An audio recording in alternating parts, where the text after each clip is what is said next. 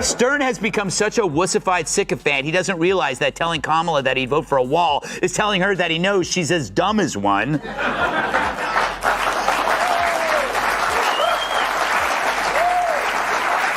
I mean, not to mention, Trump is the wall candidate, not Cackles McKnee pads. Stern got even more pathetic, wondering how she doesn't nap.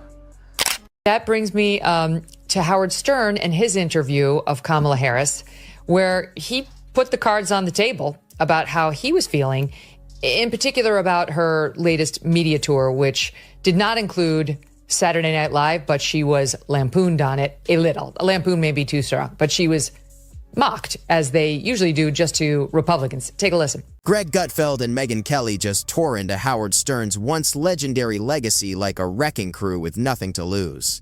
With Greg's sharp sarcasm and Megyn's clean, precise hits, they laid bare the stunning fall of radio's original rebel, now reduced to a safe, pampered version of who he used to be. Once a wildfire brand who mocked everything and feared no one, Stern has turned into a polished celebrity interviewer chasing approval. This wasn't a light roast, it was a full burn. This wasn't just commentary either. It was a total demolition of the myth that once ruled the airwaves. No microphone was spared and no illusion survived, as his legacy was turned to ashes right in front of us. And if you want more fearless breakdowns like this, hit that like button and subscribe. It helps us keep the truth on fire. This is what keeps me up at night. I don't understand how my fellow Americans, I don't even understand how this election is close. And yes, I'm voting for you, but I would also vote for that wall over there. When you said you don't nap, I get it, because like what you've taken on is extraordinarily difficult. And I mean, do you feel the pressure of the moment in the sense that, like, when I met you out in the hall, I said, I'm really nervous because I want this to go well for you. I want it to go well for the country. Even when I watch them on Saturday Night Live with the, where they have Maya Rudolph playing you, I hate it. I don't want you being made fun of. Greg stepped into the spotlight with that familiar sideways grin, the kind that signals something big is coming. And this time it wasn't aimed at politicians or another pop culture meltdown. This time, Howard Stern was in the crosshairs. The so-called king of all media, the shock jock who once made the FCC nervous and parents furious, was about to get pulled through his own past. Greg didn't just roast Stern. He dug him up, dragging out old clips and old words, then holding them next to the dimmed version of a man who once stood for rebellion but now feels more like a relic, carefully polished for nostalgia. Period, while listening to it.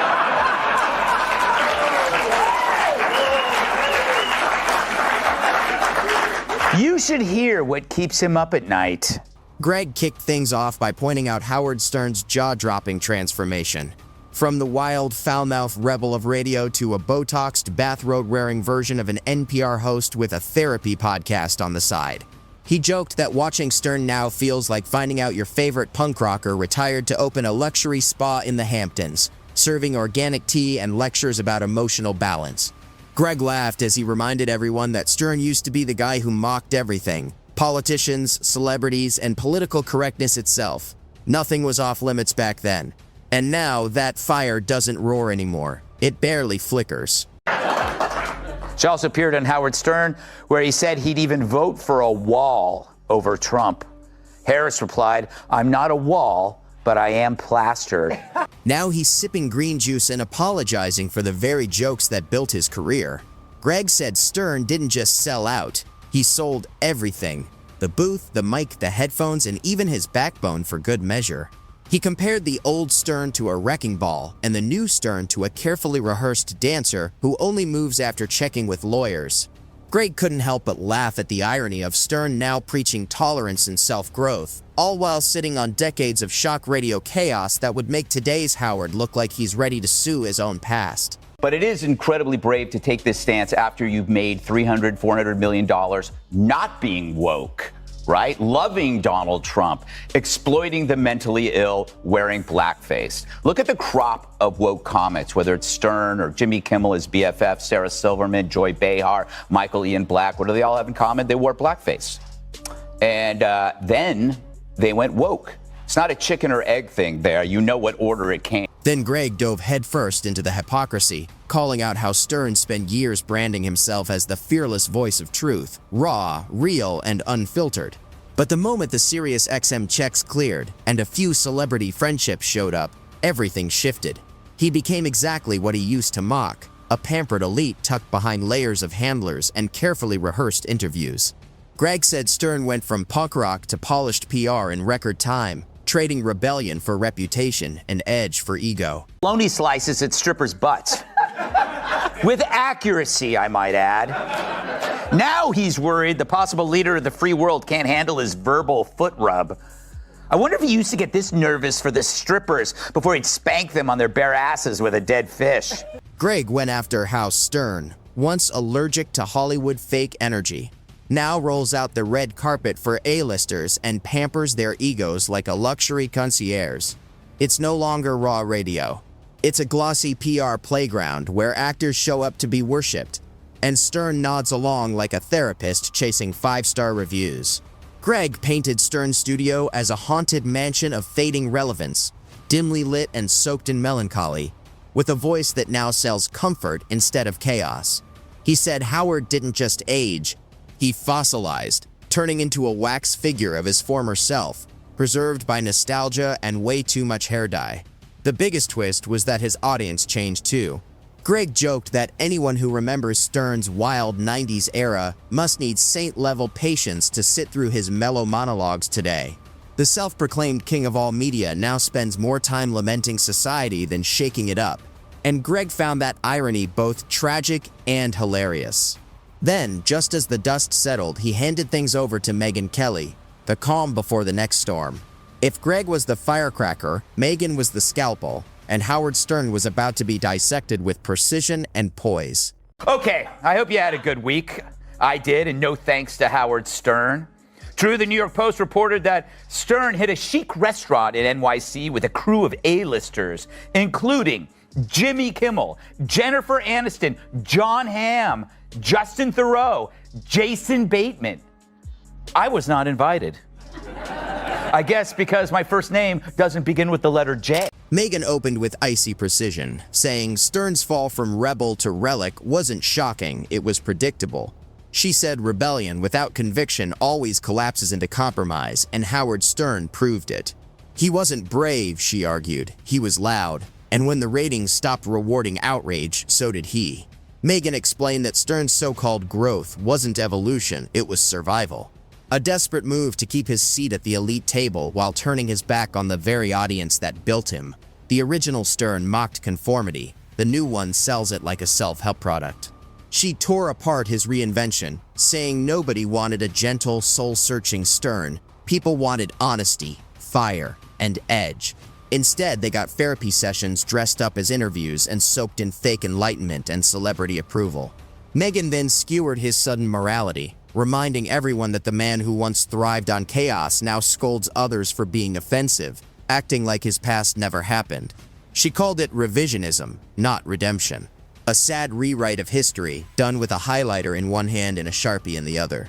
There's too much at stake. I believe the entire future of this country right now, I mean, as America, land of the free, home of the brave, I think it's literally on the line. I agree with you. And when I see them, how did you react to this Saturday Night Live bit? Here's Stern on anyone daring to poke a little fun at Kamala.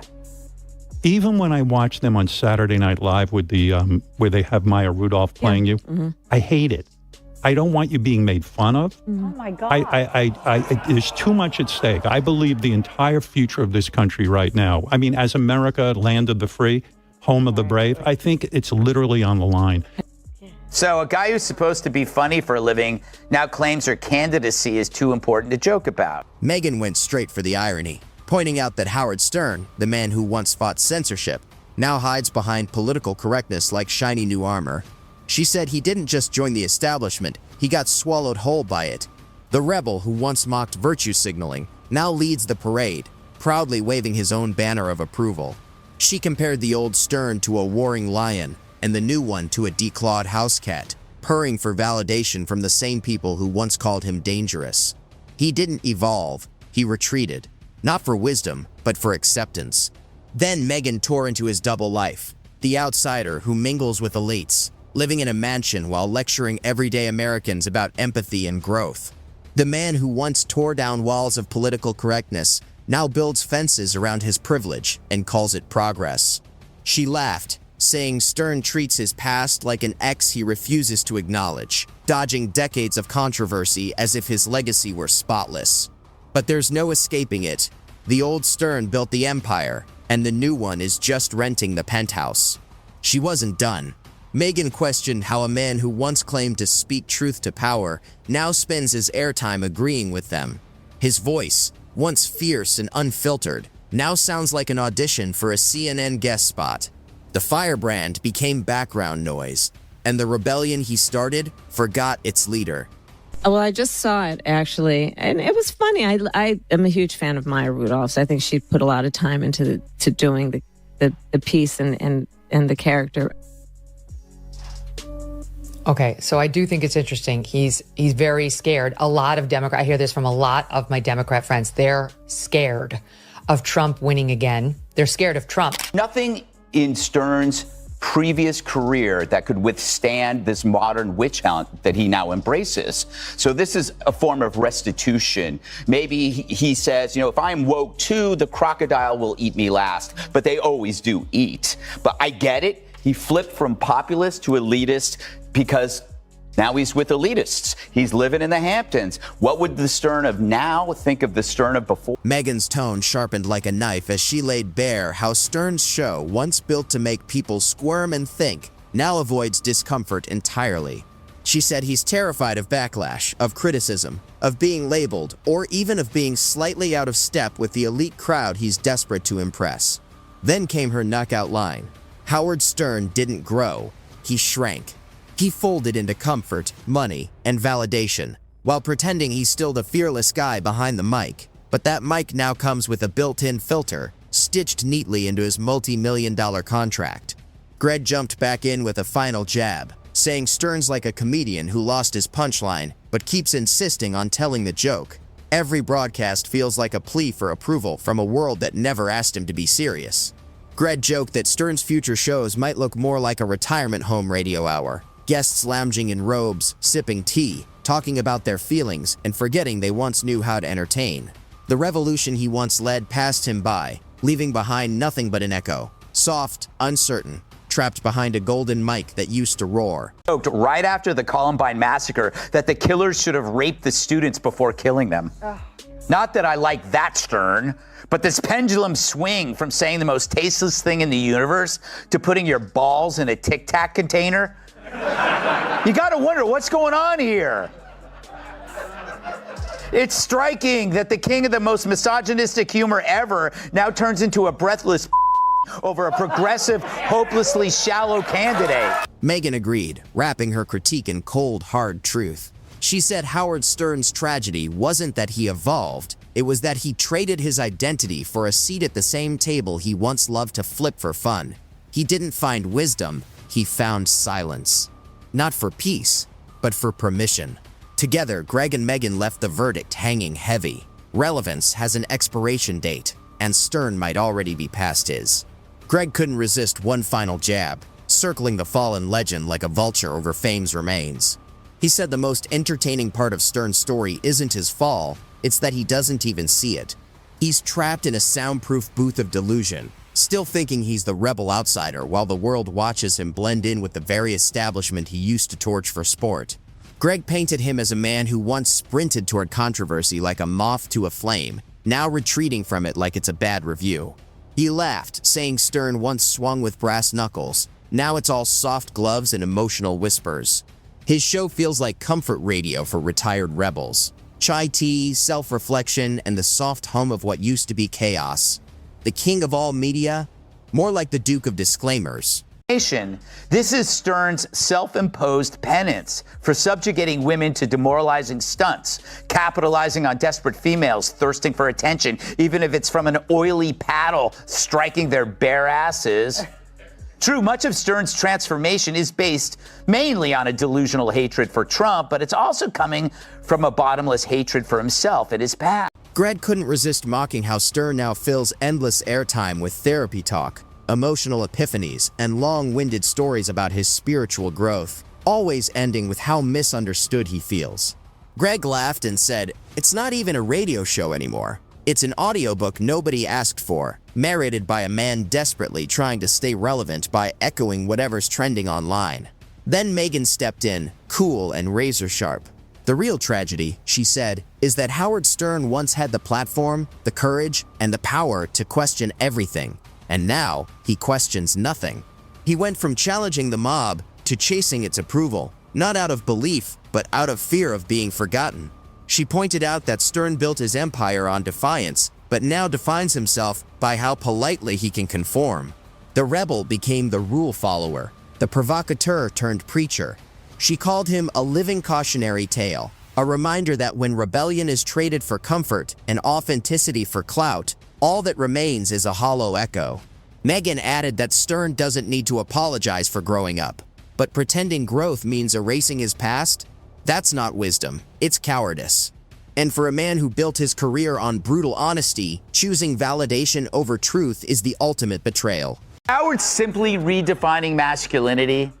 And why is it always the male lefties who are so desperate to get rid of masculinity entirely? It's guilt and self-preservation.